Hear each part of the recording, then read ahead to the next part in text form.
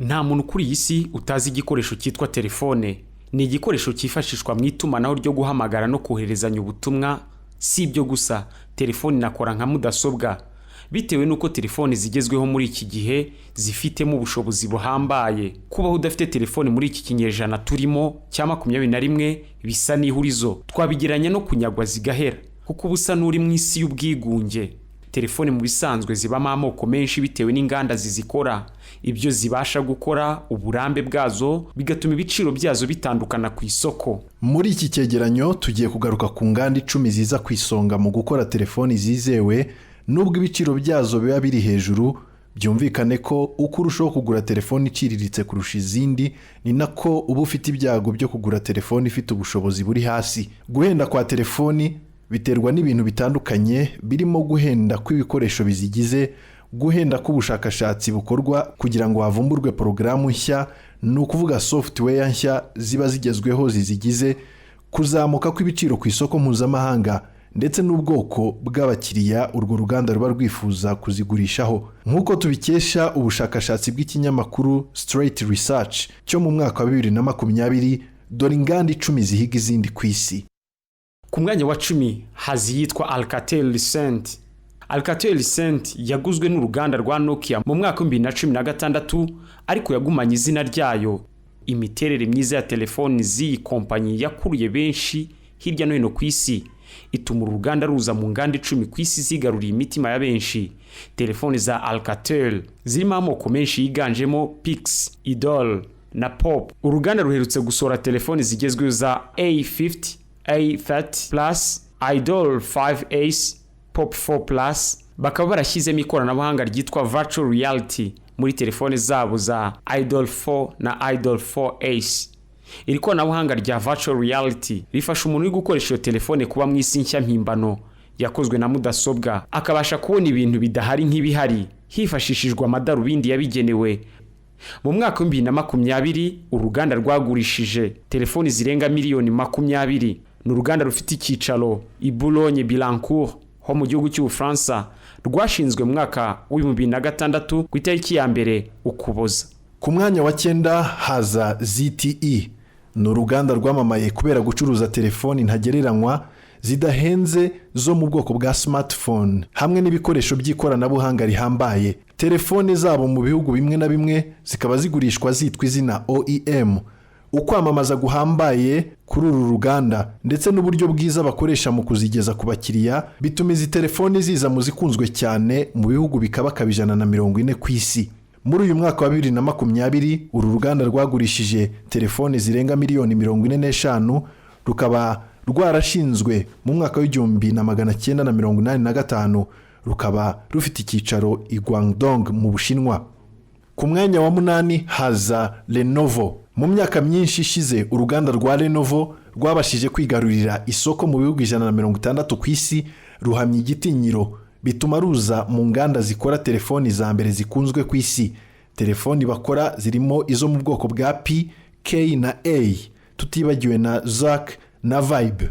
Kompanyi ya Lenovo kandi yasohoye izo mu bwoko bwa Moto Z, ziherekezwa n'intero yamamaye ku kabyiniro ka Different is Better, tugenekereje mu Kinyarwanda ubudasa buhebuje. Telefoni za Lenovo zo mu bwoko bwa Tango zifitemo ikoranabuhanga ryihariye rishobora kugufasha kumva ibintu biri kwinyeganyeza mu cyumba uherereyemo cyangwa mu nyubako urimo, bikaba byagufasha kwicungira umutekano hifashishijwe ikoranabuhanga rizwi nka Augmented Reality. Muri mwaka wa 2020 uruganda rwagurishije telefoni zirenga miliyoni 50. Rufite icyicaro i Beijing ho mu Bushinwa, rwatangiye ku itariki ya 1 Ugushyingo mu mwaka wa 1984. Ku mwanya wa 7 haza LG. Uruganda rwa LG benshi barumenyereyeho gukora firigo nziza ndetse n'ibikoresho byinjiza umwuka uhehereye mu nyubako ndetse no mu biro bitandukanye byitwa air conditioners. Si ibyo gusa, kuko uru ruganda runahagaze neza mu bijyanye no gukora telefoni zujuje porogaramu z'icyerekezo isirimo. Twavuga izo mu bwoko bwa K, G, LG Tribute, Flex na Nexus. Izi telefone za LG zizwiho kugira kamera zifata amafoto meza hifashishijwe porogaramu zigabanya amashaza mu ifoto, ubundi zigakesha amafoto. Zifitemo ijisho rihambaye rifata ifoto itarimo ibihu. Muri uyu mwaka wa 2020 uru ruganda rwagurishije telefoni zirenga miliyoni 55 rwatangiye mu 1947 rukaba rufite icyicaro i Seoul muri Korea y'Epfo. Ku mwaka wa gatandatu haza Xiaomi. Telefoni za Xiaomi ziri mu bwoko bwitwa Redmi na Mi bwigaruriye imitima ya benshi ku isi. Ni ubwoko buzwiho kuba ku isonga mu kujyana n'ikoranabuhanga rigezweho. Iyi kompanyi ifite ibyicaro binyanyagiye hirya no hino ku isi mu bihugu nka Inde cyangwa se mu gihugu cy'Ubuhinde, mu Bushinwa, Brazil, Singapore, Turkiya n'ibihugu byo muri Aziya. Muri uyu mwaka wa 2020 uruganda rwagurishije telefoni zirenga miliyoni 95. Xiaomi ni uruganda rufite icyicaro i Beijing ho mu Bushinwa, rwatangiye mu mwaka wa 2010 mu kwezi kwa Mata. Ku mwanya wa gatanu haza uruganda Vivo. Vivo ni uruganda rw'ikimanuka kuko rwinjiye ku isoko vuba, ariko rukaba rumaze kwiharira 10% rya telefoni zijya ku isoko ku isi. Igikundiro no kwamamara vuba kwarwo, ibanga ryarwo ryihishe mu kumenya gukorana n'ibindi bigo bikomeye mu rwego rwo kwamamaza ibikorwa byabo. Vivo iherutse gushyira hanze telefoni izwi ku izina rya V9 yakunzwe na benshi. Vivo ni rwo ruganda ruzwiho kuba rwaratangije telefoni zifite tableau ifite icyitwa notch display, cyaje kwiganwa n'uruganda rwa Apple muri telefoni yabo iPhone X. Rwatangiye mu mwaka wa 2009, icyicaro kiri Dongguan mu Bushinwa. Telefoni bagurishije muri uyu mwaka wa 2020 zirarenga miliyoni 95. Umwanya wa kane haza uruganda rwa Oppo. Uru ni rumwe mu nganda zikomeye zinjiye vuba ku isoko ry'u Rwanda.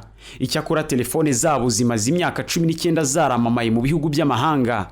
Kompanyi ya Oppo izwiho gukora telefoni zikurikije ibyiciro by'abakiriya ku buryo ufite amikoro make n'abifite bose bahurira ku isoko, buri wese agahaha akurikije ingano y'umufuka we, kandi zikaba zuzuje ubuziranenge. Ahagana mu mwaka wa 2017 uruganda rwa Oppo rwabaye umuterankunga mukuru w'ikipe y'igihugu ya cricket y'Ubuhinde iri mu zikomeye ku isi muri uyu mukino, bituma uruganda rwigwizaho abakiriya benshi hirya no hino mu mpande z'isi. Uruganda rwa Oppo kandi rwifashishije abakinnyi bamamaye mu ruganda rwo gukina amafilimi mu gihugu cy'Ubuhinde ruzwi nka Bollywood mu kwamamaza telefone zabo, maze ziragurwa karahava. Muri uyu mwaka wa 2020 uruganda rwagurishije miliyoni 111 z'amatelefone. Rufite icyicaro Dongguan mu gihugu cy'Ubushinwa. Rwatangiye mu kwezi k'Ukwakira mu mwaka wa 2004. Ku mwanya wa gatatu haraza uruganda rwa Huawei. Huawei ni uruganda ruzwiho guhanga udushya mu ikoranabuhanga rya telefoni. Huawei ikorera mu bihugu birenga 170 ku isi, nyuma y'amakimbirane ashingiye ku bucuruzi hagati y'igihugu cy'Ubushinwa na Leta Zunze Ubumwe za Amerika yatumye uru ruganda rwo mu Bushinwa rutakaza ubushobozi bwo gukoresha porogaramu za Android muri telefoni zabo, byatumye bahanga porogaramu yabo nshya, ikintu cyahise kirwerekana nk'uruganda rw'igihangange ku isi mu ikoranabuhanga rya za telefoni. Muri telefoni za Huawei zakunzwe ku isonga haza izitwa Huawei P20 na Huawei P20 Pro, zatangiranye agashya ko kugira amaso ya kamera menshi kuri telefoni imwe, bigatuma zifotora amafoto ntagereranywa. Muri uyu mwaka wa 2020 uru ruganda rwagurishije telefoni miliyoni 200, rwatangiye mu 1987, rukaba rufite icyicaro i Shenzhen mu Bushinwa. Ku mwanya wa kabiri haza uruganda rwa Apple. Apple ni uruganda rufite abakunzi benshi cyane ku isi bitewe n'udushya telefone zarwo ziba zifite. Gukomera kwazo guhambaye gutuma benshi bazikunda, ndetse n'ubushobozi zifitemo bwo gufata ifoto nziza mu kirere cyose waba urimo no ku rumuri rwose waba ufite. Uruganda rw'Abanyamerika rwatangiye gusohora telefone zo mu bwoko bwa iPhone mu mwaka wa 2007, bituma ruza muri zimwe mu nganda za mbere zakoze telefone zo mu bwoko bwa touch screens. Telefone zabo ziherutse kujya ku isoko higanjemo iPhone 11, iPhone 11 Pro na iPhone 11 Pro Max. Uruganda rwatangiye mu mwaka wa 1976 mu kwezi kwa Mata, rufite icyicaro i California ho muri Leta Zunze Ubumwe za Amerika. Muri uyu mwaka wa 2020 rwagurishije miliyoni 217 zisaga z'amatelefone, rufite inyungu ingana na miliyari 53 z'amadolari ya Amerika. Ku mwanya wa mbere turahasanga uruganda rwitwa Samsung. Samsung ni rwo ruganda ruyoboye izindi kuri uyu mubumbe mu gukora telefoni nziza kandi zigezweho, ndetse no kugurisha.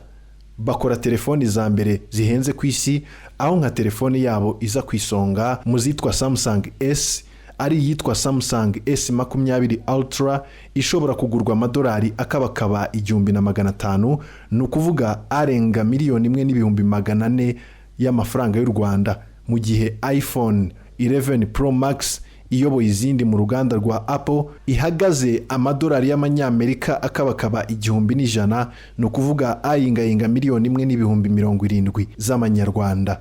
Telefoni za Samsung zizwiho gufata amafoto akeye kurusha izindi ku isi. Muri uyu mwaka Samsung ikaba yaragurishije telefoni zirenga 394,000, rukaba rufite icyicaro i Seoul muri Korea y'Epfo. Rwatangiye mu mwaka w'1938. Uru ruganda rufite inyungu ya miliyari 211 z'amadolari y'Amerika mu mwaka. Ngizo inganda 10 ziza kwisonga mu gukora telefoni nziza ku isi. N'ikigeranyo mwagizwagaho na Maxmed. Tugushishikariza gukora subscribe kugira ngo ujye ubona andi makuru yacu agiye atandukanye. Mugezwaho na Maxmed TV. Nge nari Isa Noel Kenijabo, nanjye nari Boni Buranga. Mukomeze kugira ibihe byiza.